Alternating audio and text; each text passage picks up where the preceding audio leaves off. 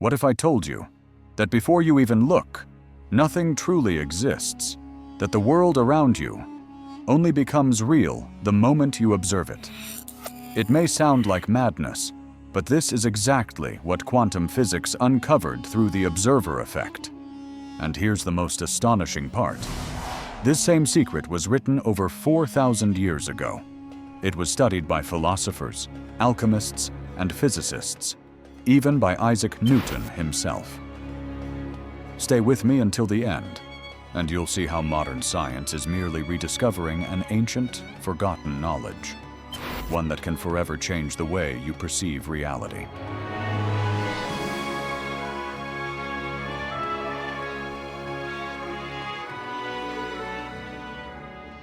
Imagine watching a movie, but the screen only reveals the scene at the exact moment your eyes focus on it.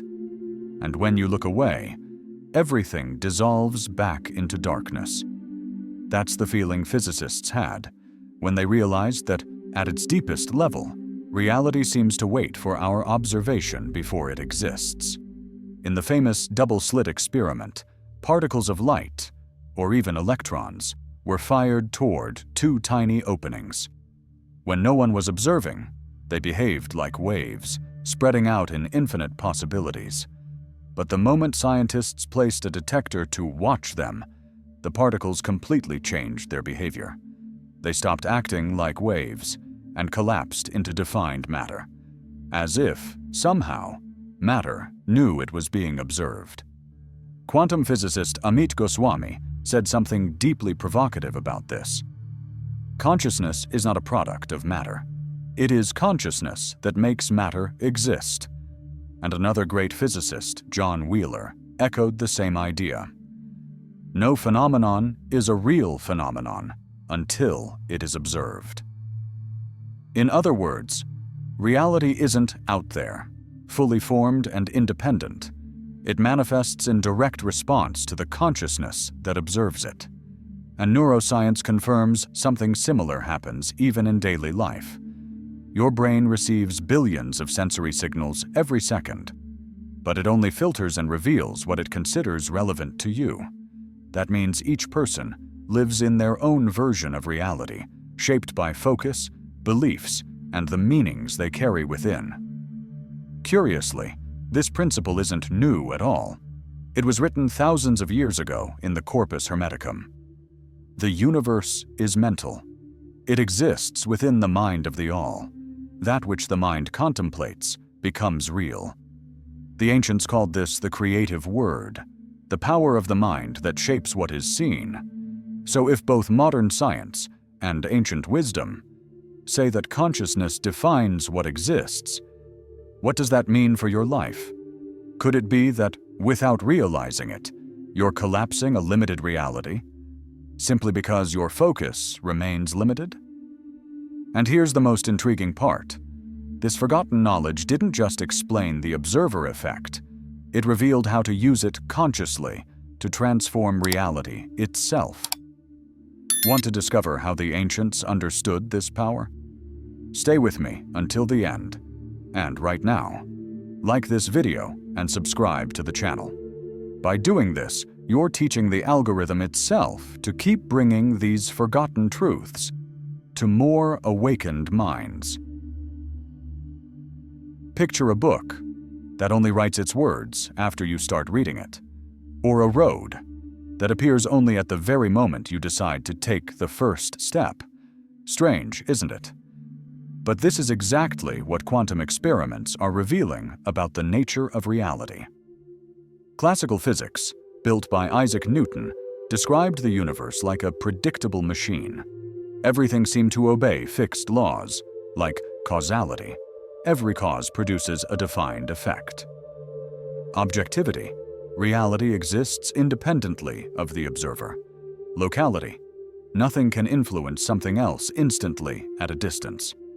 But as scientists investigated the quantum world, these solid laws began to break apart. Quantum physicist Amit Goswami explains it clearly.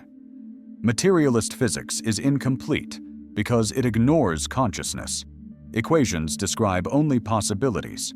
It is consciousness that chooses which possibility becomes real. In other words, without consciousness, physics cannot explain why reality collapses into a single outcome. Let's look at two shocking experiments. The delayed choice double-slit experiment, proposed by John Wheeler, showed something truly unsettling. Your present choice of how you observe a particle can influence the past behavior it already had. This shatters the classical idea of causality, the belief that the past is fixed and cannot be changed. Then there's quantum entanglement, the spooky action at a distance Einstein couldn't accept. Two particles, once entangled, remain instantly connected, even if separated by miles. The moment you measure one, the other responds instantly. This violates the law of locality, which says nothing can affect anything faster than the speed of light. And about these experiments, Nobel Prize-winning physicist Eugene Wigner admitted, "It is impossible to formulate the laws of quantum mechanics in a fully consistent way without including consciousness." For Goswami, the conclusion is unavoidable. Consciousness is not contained inside the brain. On the contrary, it is consciousness that contains the brain, the body, and the entire universe. So, classical physics can only describe how things behave after they're observed. But it cannot explain why they exist in the first place. And once again, the ancients already knew this. The Corpus Hermeticum says, "All that exists is moved by mind. Nothing exists outside of it." They weren't talking about particles or waves, but they understood that mind precedes matter. So if time is not fixed, if space is not absolute, and if reality only exists because you observe it, what kind of reality are you creating without even realizing it? And here's the most astonishing part.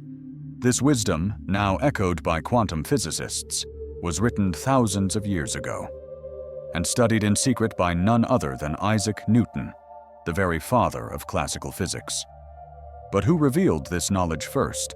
And why was it forgotten for so long? Imagine a vast river, flowing through different lands, taking on new names, yet always being the same river. That's how wisdom moves through history. What we now call science and philosophy didn't appear out of nowhere. They are simply the continuation of a much older current of knowledge.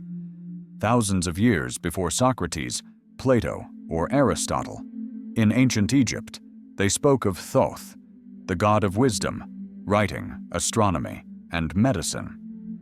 Inscriptions on the pyramid texts, dating back over 4,000 years, describe Thoth as the one who brought order into existence through the creative word. This knowledge was so profound that when the Greeks arrived in Egypt during the Hellenistic period, they identified Thoth with their own Hermes. From this fusion came Hermes Trismegistus, the thrice great, to whom the Corpus Hermeticum was attributed. In other words, the foundation of what we call philosophy and science today already existed as initiatic wisdom long before. It was simply adapted and renamed by each civilization. Fast forward to today, and modern physics speaks of the quantum vacuum, an invisible field of pure potentiality where all possibilities exist before becoming reality. The ancients called this the mind of the all. The Kybalion says, the universe is mental. It is held within the mind of the all. For them, this divine matrix wasn't just a neutral field. It was a living intelligence, the source of everything that exists, and your consciousness. It is not separate from this matrix. In Hermeticism, the individual is like a drop in the ocean of the divine mind. It has its own unique form, but it never ceases to be part of the whole. This same idea reappears in Carl Jung's psychology, which was also influenced by Hermetic thought. Jung taught that beyond our personal conscious mind, there exists the collective unconscious, a shared layer of symbols, archetypes, and memories belonging to all of humanity. Jung saw it as the bridge between the individual and the universal, something the ancients already taught. By knowing yourself, you will know the all. And in the Corpus Hermeticum, we find the same truth. The universe is mental, a reflection of the mind of the all. What the mind contemplates becomes real. What we now call the quantum vacuum, the ancient Hermetists called the divine mind. What we call individual consciousness, they saw as the all itself experiencing reality through human form. So if you are a fragment of the mind of the all, if your consciousness is a reflection of universal consciousness, then the power to create, to choose, to transform, isn't just outside of you, it's within. But if the ancients knew this, why was such knowledge hidden away? And why did great minds like Isaac Newton, the father of classical physics, study these texts in secret? Picture a great book where all the laws of nature are written. Now imagine that some of its pages were torn out, hidden away, and for centuries, only fragments made it to us. But a few always knew where to look for the missing pieces. The same Isaac Newton you learned about in school, the man who described the laws of motion and gravity, left behind far more writings on alchemy and Hermeticism than on physics itself.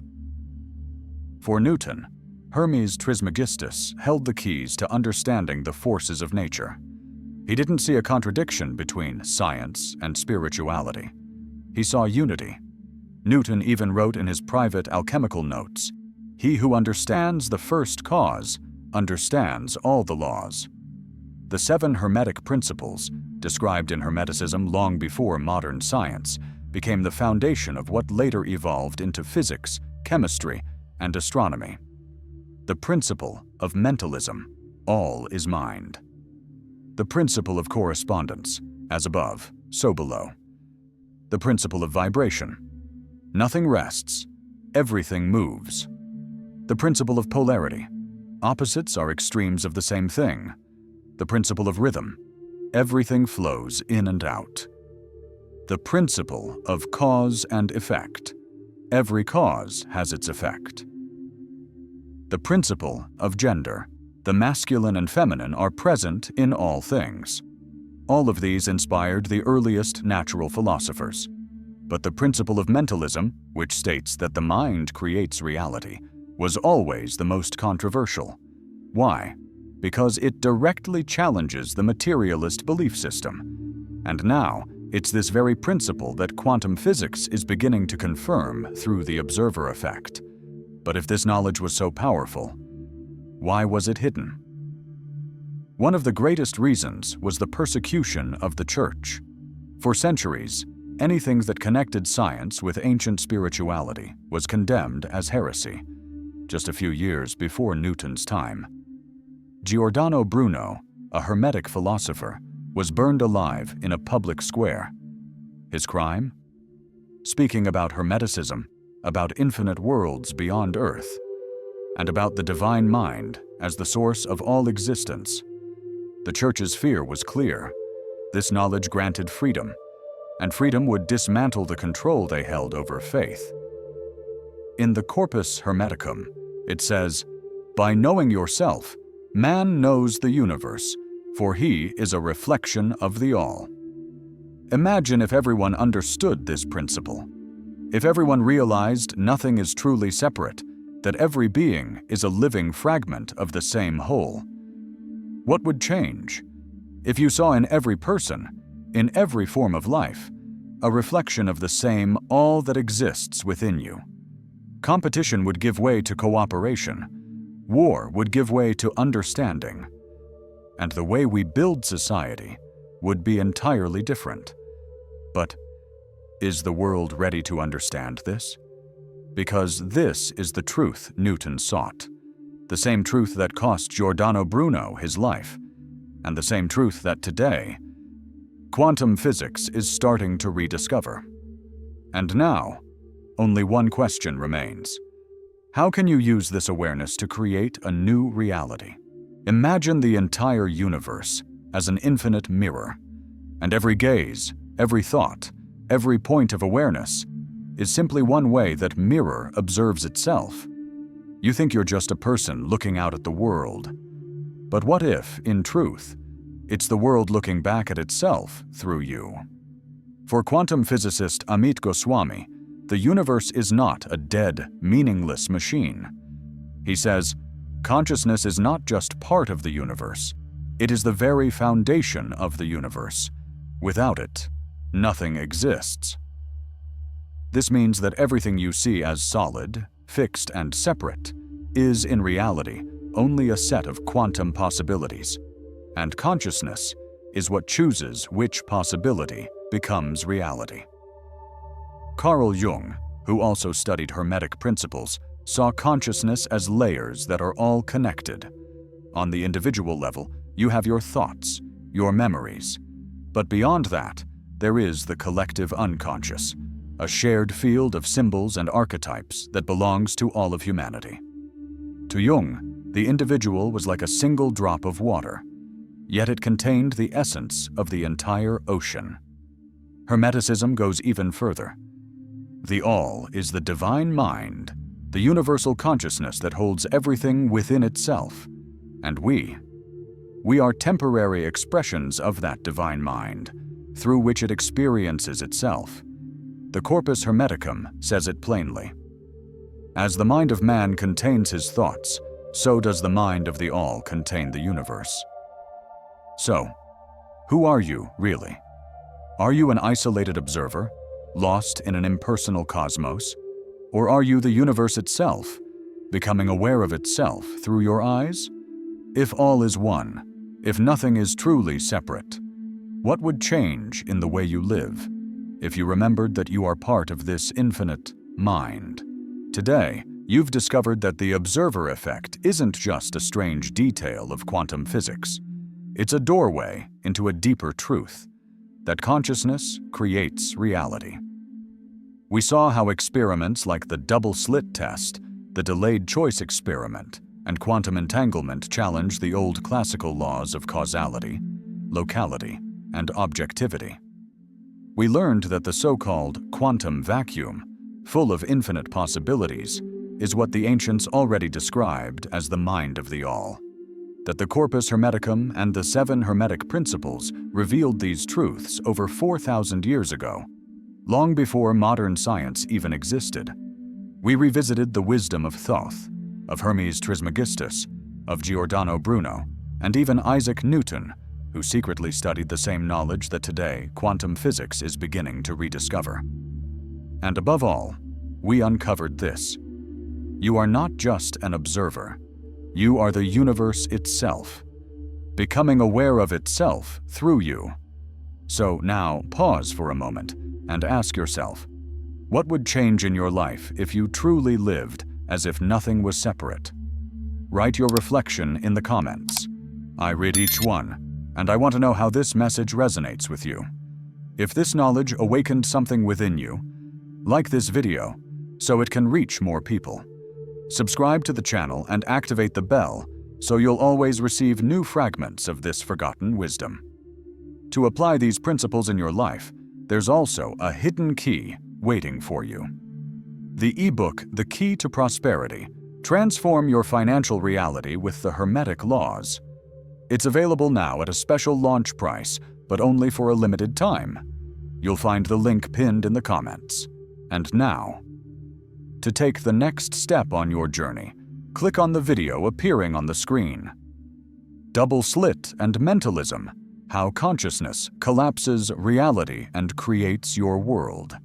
It will reveal how the very act of observing doesn't just define reality. It creates it. I'll see you there. And until the next awakening.